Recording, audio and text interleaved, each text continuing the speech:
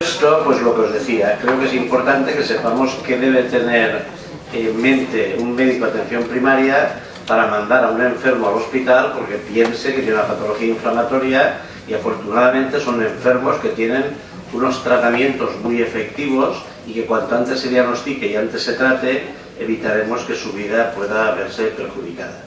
Y para ello pues contamos con la doctora Campos, que es una de las 6 personas que hacen ese esfuerzo en que intentemos mejorar la asistencia a nuestros pacientes, que nos va a comunicar lo que considere oportuno.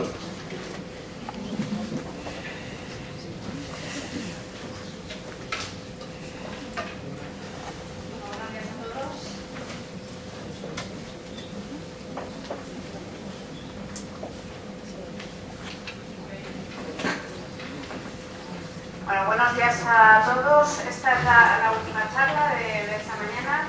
Como ha comentado el doctor Calvo, pues bueno, es un poquito como un repaso de algunas cositas generales y sobre todo pues para mejorar también la relación entre vosotros y nosotros, ¿no?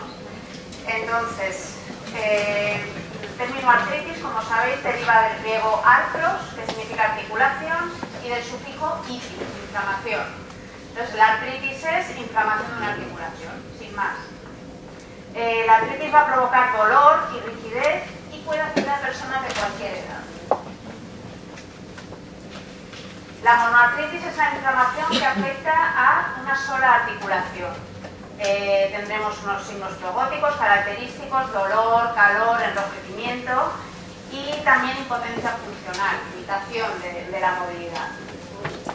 Es importante a la hora de orientar el diagnóstico el tiempo de evolución. Hablamos de artritis agudas si duran menos de 6 semanas y crónicas si su duración es superior a 6 semanas. Lo que sí que es importante es que casi todas las artritis inflamatorias, o sea, ARs, lupus, etcétera, pueden comenzar con una monoartritis. Por lo tanto, las causas muchas veces se solapan. Como ya os he comentado durante la mañana, pues es muy importante la anamnesis, la historia clínica, valorar antecedentes y desencadenantes. La forma de inicio nos puede orientar, pues por ejemplo, si se trata de una artritis brusca, puede ser por un proceso traumático.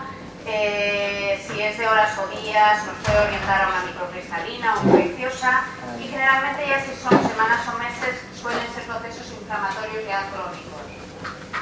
El tipo de dolor, muy importante, intentar diferenciar si el dolor es mecánico o inflamatorio. Como sabéis, el dolor inflamatorio es el que aparece con el reposo, pero con el reposo, y mejora con el ejercicio.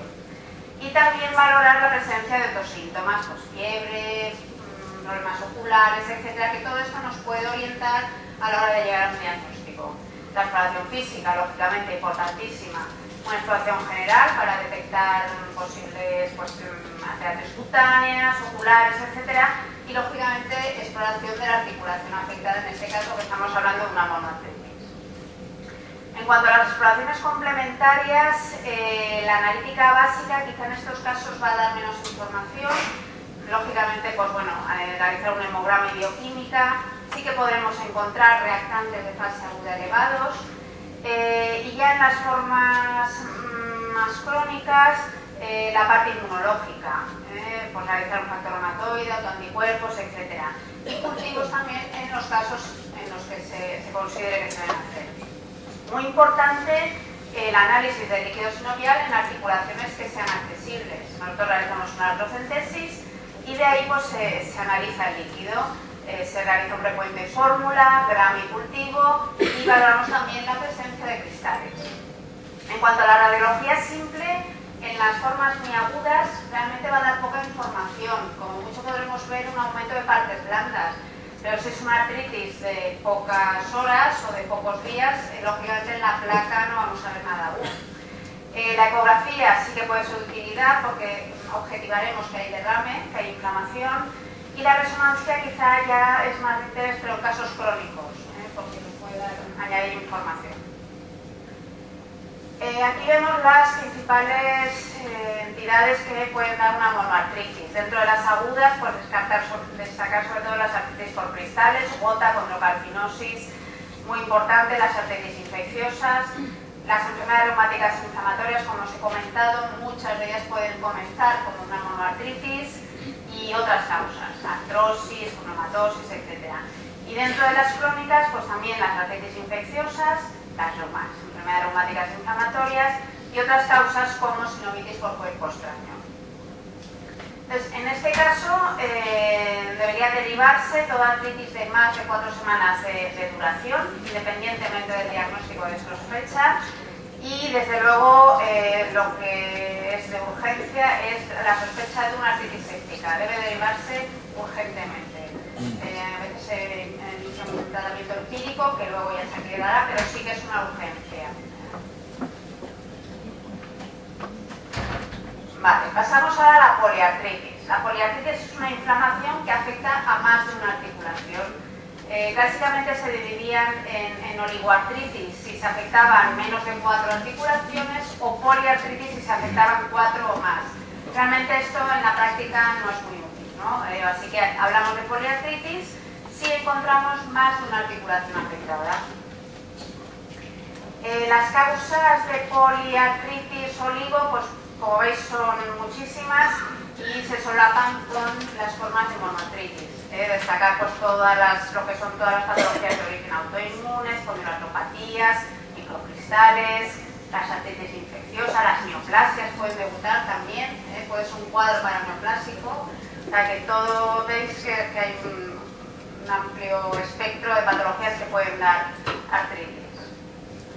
En cuanto a la aproximación, lógicamente lo mismo, siempre objetivar que tenemos una poliartritis, que hay una inflamación articular, una tumefacción, intentar aquilatar que se trate de un dolor inflamatorio y suelen acompañarse también de rigidez matutina, es muy típico, una rigidez matutina de por más de 1 hora de duración aproximadamente.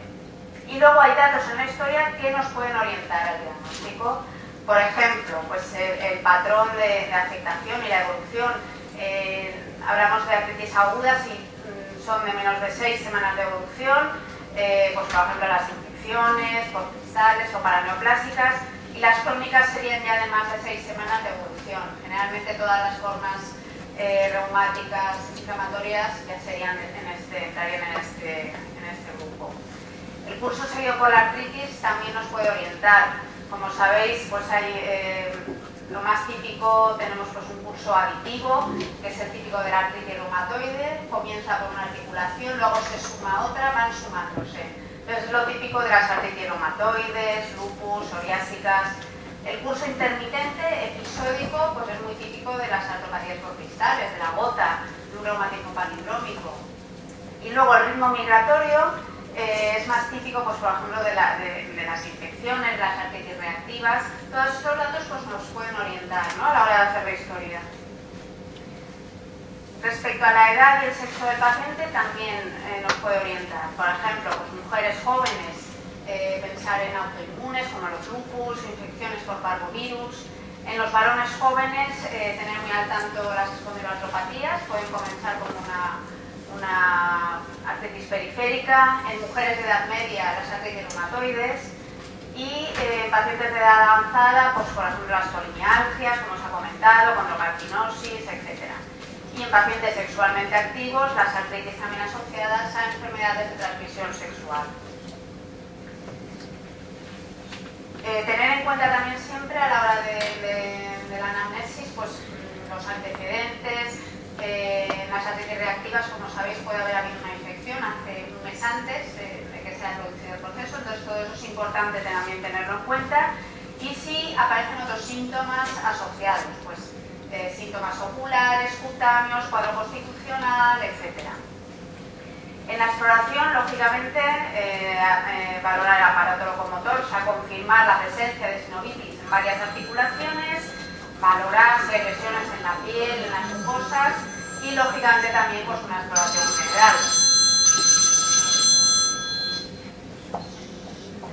Respecto a las exploraciones complementarias, pues similar a la monoartritis, lógicamente, una analítica básica, el análisis de líquido sinovial en articulaciones accesibles. Respecto a la radiología, pues realizar placas de las articulaciones afectadas, recordar siempre bilaterales, que si alguien empieza con un dolor en una mano, hay que hacer placa de las dos manos, porque a veces puede haber hallazgos que aparezcan en fisiológico, ¿no? de cada persona. Entonces, placas bilaterales siempre de las articulaciones dobles y también una placa de tórax. Y la ecografía y la resonancia pues también pueden ser de ayuda. Entonces, ¿qué actitud tomar? Pues en toda poliartritis, desde luego, debe valorarse la derivación a reumatología, en segundo nivel asistencial. Y, como en la monoartritis, derivación de urgencia si se sospecha una etiología infecciosa. En este punto, pues destacar sobre todo la importancia del diagnóstico precoz. Si sospecháis que estáis ante una artritis reumatoide, un paciente con una posible artritis reumatoide de inicio, debe ser derivado de forma preferente, ya que es muy importante el tratamiento precoz. Esto ha cambiado la evolución y la capacidad funcional de los pacientes. Entonces, a propósito de esto, recordaros este estudio, el SERAC, que participasteis con nosotros, consistía en remitir a reumatología de forma preferente para realizar un diagnóstico y tratamiento precoz de la artritis de inicio a cualquier paciente que presentara alguno de los siguientes síntomas durante más de 4 semanas y menos de un año. Que, si recordáis, era pues, dolor a la palpación en articulaciones metacarpofalángicas y o carpos, tumefacción en 2 o más articulaciones o rigidez matutina de más de 30 minutos de duración. Vale, vamos a pasar ahora a la lumbalgia. Como sabéis, es una de las patologías más frecuentes en la consulta.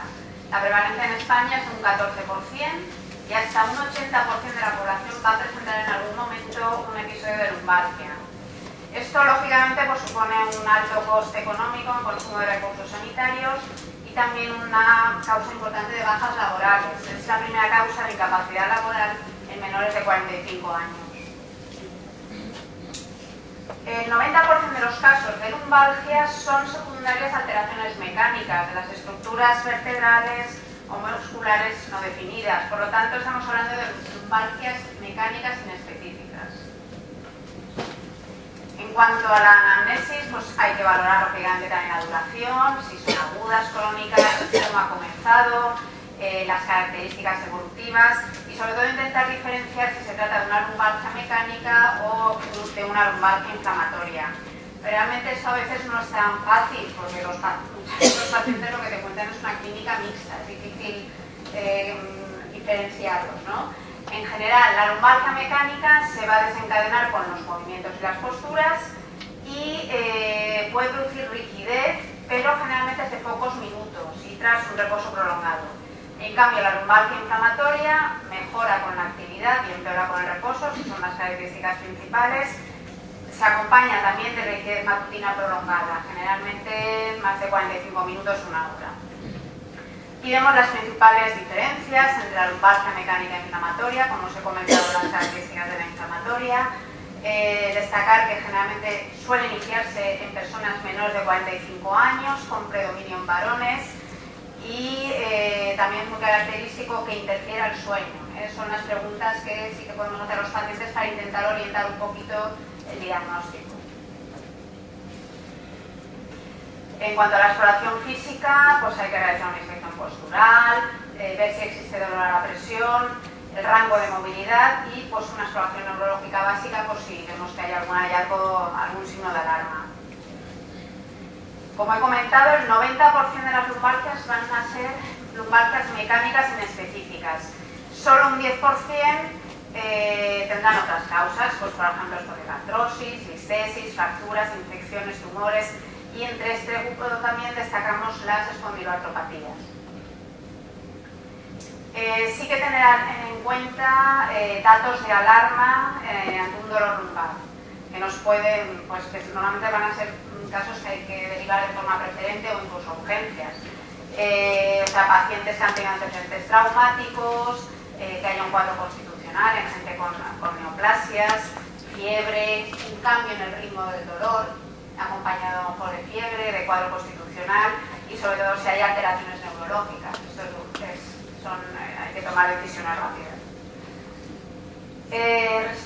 Aquí vemos los diagnósticos más frecuentes de lumbalgias, pero destacar que si estamos o creemos que tenemos una lumbalgia inflamatoria y no hay otros signos de alarma, el diagnóstico principal que debemos tener en cuenta es el de una posible espondiloartritis.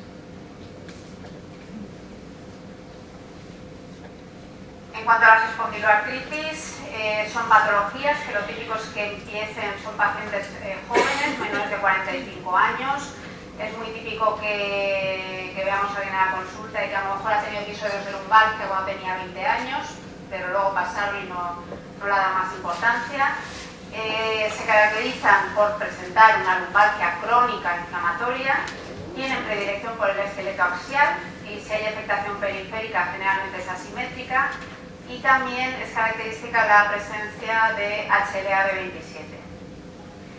El concepto actual de espondiloartritis pues engloba muchas patologías, como vemos aquí.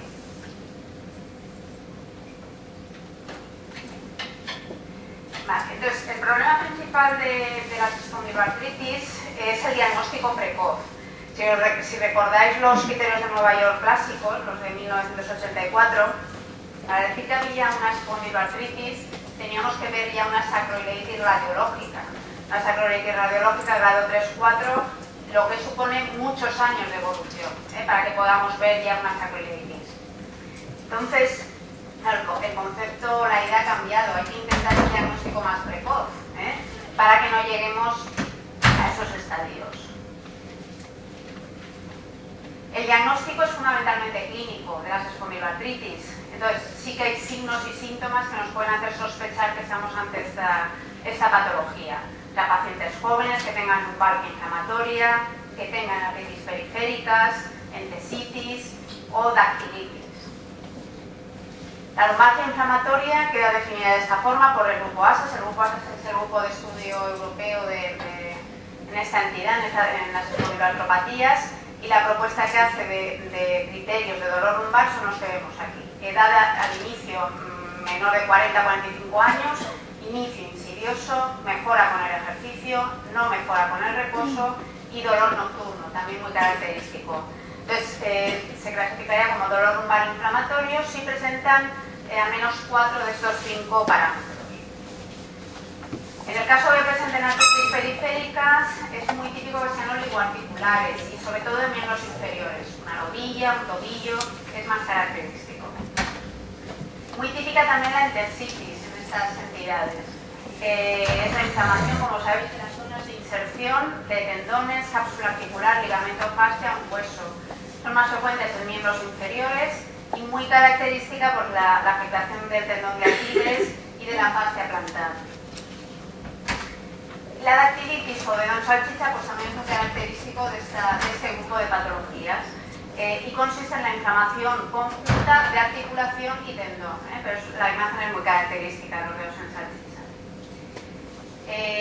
En las espondiloartritis también pueden presentarse manifestaciones extraarticulares, muy típicas las uveitis, pero también puede haber psoriasis, enfermedad inflamatoria intestinal, uretritis, etc. O sea que a la hora de la anamnesis hay que preguntar también siempre por estas entidades.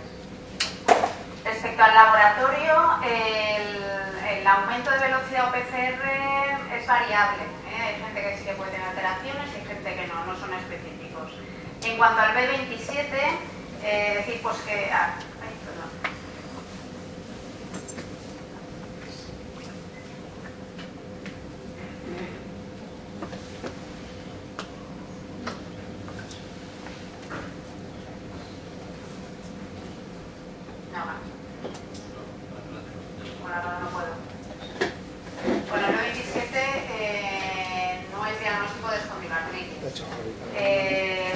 de la población española va a presentar un B27, solo aproximadamente el 5% de los individuos B27 positivo van a desarrollar espondiloartritis y ya en casos de espondiloartritis el 90% de pacientes sí que van a tener B27, pero en principio tampoco es necesario pedirlo de inicio porque no es diagnóstico por sí solo. En cuanto a la radiología, si vemos al paciente de forma precoz, realmente la placa nos va a dar poca información. Normalmente veremos ya la sacroileitis se ve clara pues, cuando son ya un grado 3-4, los otros son dudosos. Y si las placas son normales y sospechamos una espondiloartritis, hay que solicitar una resonancia.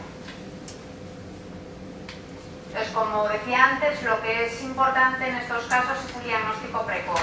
Con las artritis reumatoides, pues hace años ya se insistió mucho en este tema, sobre todo también con la terapia biológica, pues todo eso ha cambiado y se intenta diagnosticar antes a los pacientes.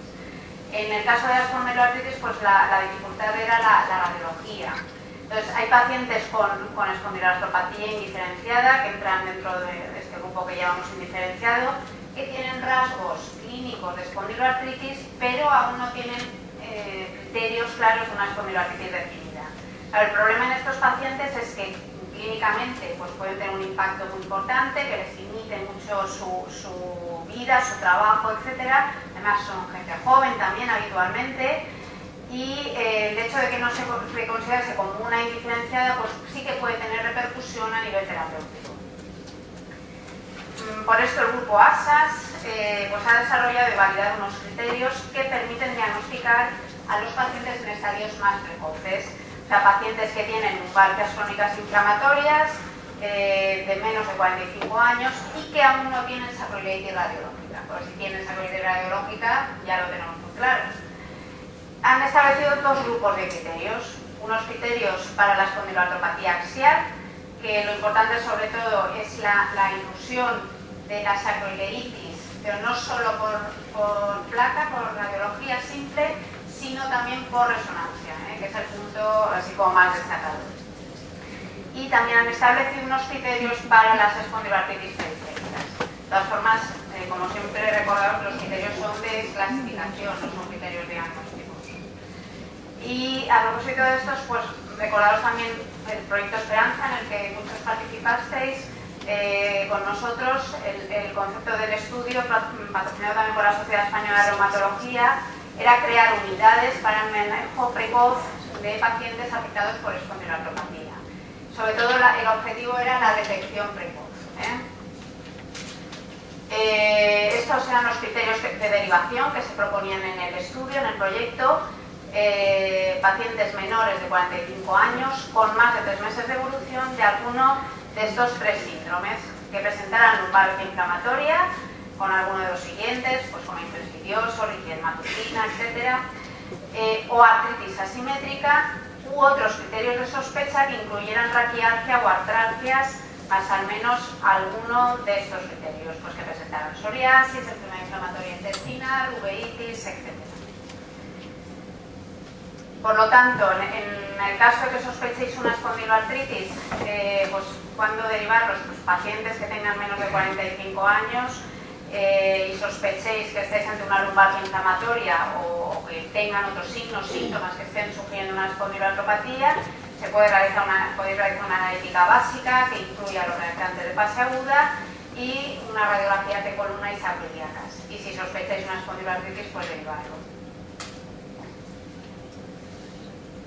Como conclusiones, a grosso modo, pues en los casos en que tengáis una monopoliartritis, pero las monoartritis de más de 4 semanas de duración, independientemente del diagnóstico de sospecha, se deberían derivar de urgencia, importantísimo, ante una sospecha de artritis séptica, porque puede destruirse la articulación si no se trata de forma precoz. Las poliartritis, pues también, como hemos visto en el proyecto SEDAP, que os he comentado antes.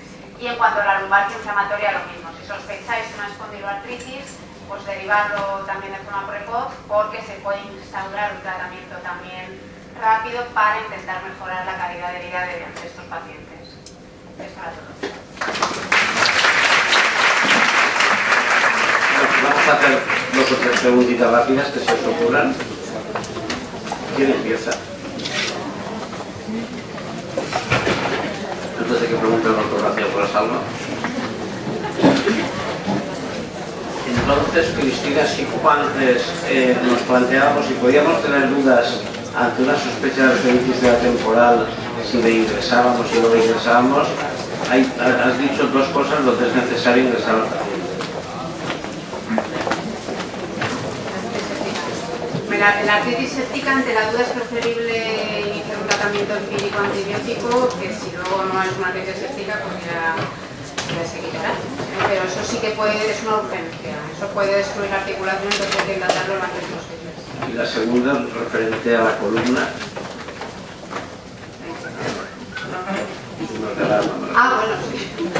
signos de alarma, pues lógicamente pacientes que tienen, nos cuentan en la consulta pues que sus características de dolor han cambiado, pacientes con antecedentes de neoplasia y que de repente empiezan con una lumbalgia, con un bajo constitucional, fiebre. Es muy típico tener al tanto pues, gente que tiene una lumbalgia mecánica y de repente empieza con una lumbalgia inflamatoria acompañada de los síntomas, pues cuadro neurológico. Esos casos son para urgencia también. Esos son fundamentales y nosotros también a los residentes que hacen guardias cuando pasan por nosotros siempre decimos que si un paciente va 2 veces por lumbalgia en una semana a puertas, que mejor es que no lo ingrese y si no está datos de la desbloqueada, por ejemplo. ¿Alguna pregunta? Pues vamos haciendo reflexiones. Lo que tenéis claro es que cuando hay una rodilla hinchada lo mandáis y nosotros pues lo vemos encantado. Pero a nivel de la columna es que es donde vemos el problema. Entonces, fijaros que es muy sencillo. Si hay una lumbalgia inflamatoria en menor de 45 años, mandárnoslo. Si luego no es nada, pues ya lo devolveremos. Pero son enfermos que si no se sincroniza y podemos llegar al diagnóstico de espondiloartritis cuando ha pasado demasiado tiempo. O sea, eso, a ver qué dice la doctora Campos. El problema a veces es que son pacientes que pues, tienen un poco de recorrido circular, ¿no? Que a lo mejor han ido a rehabilitación, van a trauma y están ahí un poco enquistados en un circuito, ¿no? En un circuito. Entonces sí que pues, a veces o preguntar un poco, porque a lo mejor es gente más mayor y que sí que preguntándole un poco pues, y cuando tenía 20 años tenía dolor, entonces sí que hay datos que le pueden orientar. Pero sí que es verdad que lo que decimos es que parece que nos llegan pocas lumbalgias inflamatorias para luego lo que... ¿Alguna pregunta por eso o no? De todas formas, como decía el doctor Rosas antes, yo ahora hablo del departamento nuestro, que soy de otro, no sé cómo está organizado, pero en todos los informes de alta no, de consulta en la policlínica, abajo tenéis la página web nuestra donde están los correos electrónicos. O sea que, aunque no tengamos demora, si mandáis un correo electrónico al médico que sea, con las dudas o los problemas que tengáis, o llaméis por teléfono, pero a veces es más difícil y quizás se solucionan las cosas antes, como a veces lo comentamos cuando hablamos entre nosotros. Y para eso está el correo electrónico y tenéis en la página web nuestra todos los correos de los 6 médicos de la unidad, de la sección, del servicio. Que significa articulación y del sufijo itis, inflamación. Entonces la artritis es inflamación de una articulación, sin más. La artritis va a provocar dolor y rigidez y puede afectar a personas de cualquier edad. La monoartritis es la inflamación que afecta a una sola articulación. Tendremos unos signos flogóticos característicos, dolor, calor, enrojecimiento y también impotencia funcional, limitación de la movilidad. Es importante a la hora de orientar el diagnóstico el tiempo de evolución.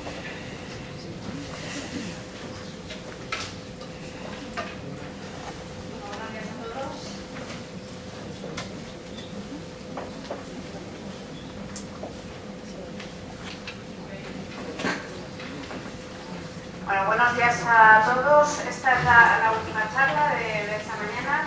Como ha comentado el doctor Calvo, pues bueno, es un poquito como un repaso de algunas cositas generales y sobre todo pues para mejorar también la relación entre vosotros y nosotros, ¿no? Entonces, el término artritis, como sabéis, deriva del griego artros. Si se trata de una artritis brusca, puede ser por un proceso traumático. Si es de horas o días, nos puede orientar a una microcristalina o infecciosa y generalmente ya si son semanas o meses suelen ser procesos inflamatorios ya crónicos. El tipo de dolor, muy importante, intentar diferenciar si el dolor es mecánico o inflamatorio. Como sabéis, el dolor inflamatorio es el que aparece con el reposo, pero con el reposo y mejora con el ejercicio. Y también valorar la presencia de otros síntomas, pues fiebre, problemas oculares, función. Hablamos de artritis agudas, si duran menos de 6 semanas, y crónicas si su duración es superior a 6 semanas. Lo que sí que es importante es que casi todas las artritis inflamatorias, o sea, ARs, lupus, etcétera, pueden comenzar con una monoartritis. Por lo tanto, las causas muchas veces se solapan. Como ya os he comentado, comentado durante la mañana, pues es muy importante la anamnesis, la historia clínica, valorar antecedentes y desencadenantes, la forma de inicio nos puede orientar, pues por ejemplo... Esto, pues lo que os decía, creo que es importante que sepamos qué debe tener en mente un médico de atención primaria para mandar a un enfermo al hospital porque piense que tiene una patología inflamatoria, y afortunadamente son enfermos que tienen unos tratamientos muy efectivos y que cuanto antes se diagnostique y antes se trate, evitaremos que su vida pueda verse perjudicada. Y para ello pues contamos con la doctora Campos, que es una de las 6 personas que hacen ese esfuerzo en que intentemos mejorar la asistencia a nuestros pacientes, que nos va a comunicar lo que considere oportuno.